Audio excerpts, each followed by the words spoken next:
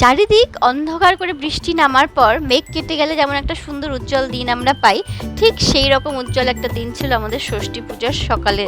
কারণ আগের দিন পর্যন্ত আমরা একটু টেনশনে ছিলাম, সবার শরীর ভালো ছিল না, কিন্তু পরের দিন অবধি মোটামুটি সব নর্মাল হয়ে গেছিল। মানে মোটামুটি সবাই একটু সুস্থের দিকে যাচ্ছিল, তো মনটা সবার ভালো ছিল।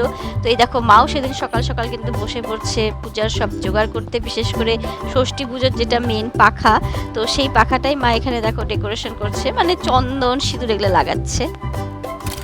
নমস্কার বন্ধুরা, আশা করি তোমরা সবাই ভালো আছো, আমরাও কিন্তু ভালো আছি। তো তোমাদের ষষ্ঠী পুজোর দিনের নিয়ম কি? আমাদের নিয়মটা যেমন, আমি সেটাই তোমাদের সাথে শেয়ার করছি। সবার কিন্তু এক এক রকম নিয়ম হয় না, আলাদা আলাদা নিয়ম হয় প্রত্যেকের। তো মা প্রথমে ভাবছিল এখানে সব কিছু পাওয়া যাবে কি না, বাড়িতে নিজের হাতে সব জোগাড় করতো, রান্নার জিনিসও সব নিজে পছন্দ করে আনতো। তো এখানে তো সেটা হলো না, তো এটা একটু মার দুঃখ ছিল, সব বলে বলে দিতে হচ্ছিল এটা নিয়ে আয় ওটা নিয়ে আয়, এমনটা আনবি অমন হবে। যাই হোক শেষমেশ মোটামুটি সবই পাওয়া গেছে, এক দুটো জিনিস ছাড়া।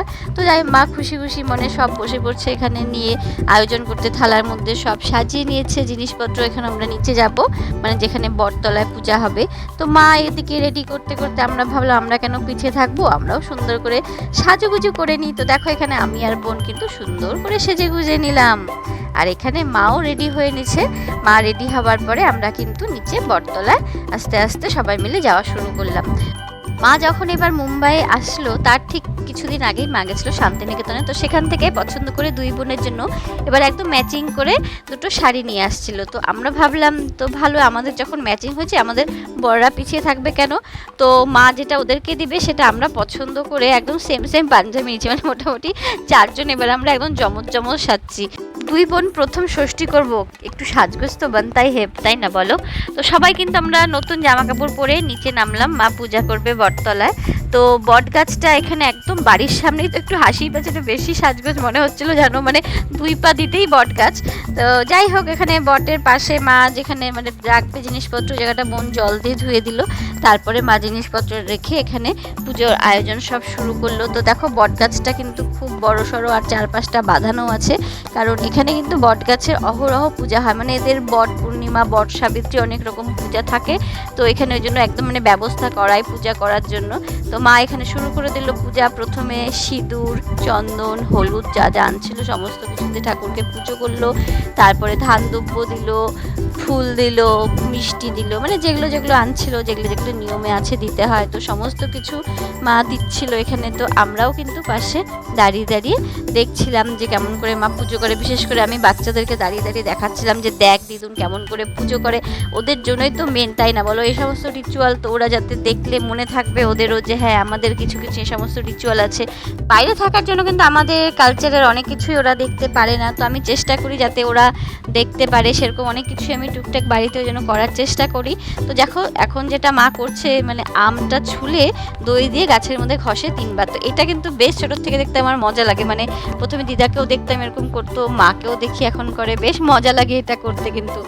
আর মার নাতি নাতনি দেখো ওখানে দাঁড়িয়ে দাঁড়িয়ে তো দেখছে, ওদেরকে কিন্তু একটা দায়িত্বও দেওয়া হয়েছিল, যে বলা হয়েছিল হাওয়াতে বারবার করে প্রদীপ মোমবাতি এগুলো নিভে যাচ্ছে, এগুলা কিন্তু তোরা দায়িত্ব সহকারে জ্বালাবি আর দেখে দেখে রাখতো। এতই দায়িত্ব সহকারে জ্বালিয়েছে যে লাস্টে দুই ভাই বোনের মধ্যে মানে কে আগে করবে কিন্তু রেষারেষি লেগে গেছে। আর এই দেখো এখন যেটা মা রিচুয়ালটা করছে, যে সুতা বেঁধে গাছে সবার মানে গাছে প্রদক্ষিণ করতে হয়। তো এটা আমার মানে পার্সোনালি আমার ছোটোর থেকে খুব একটা পছন্দের রিচুয়াল, মানে এই ষষ্ঠী পূজার মধ্যে।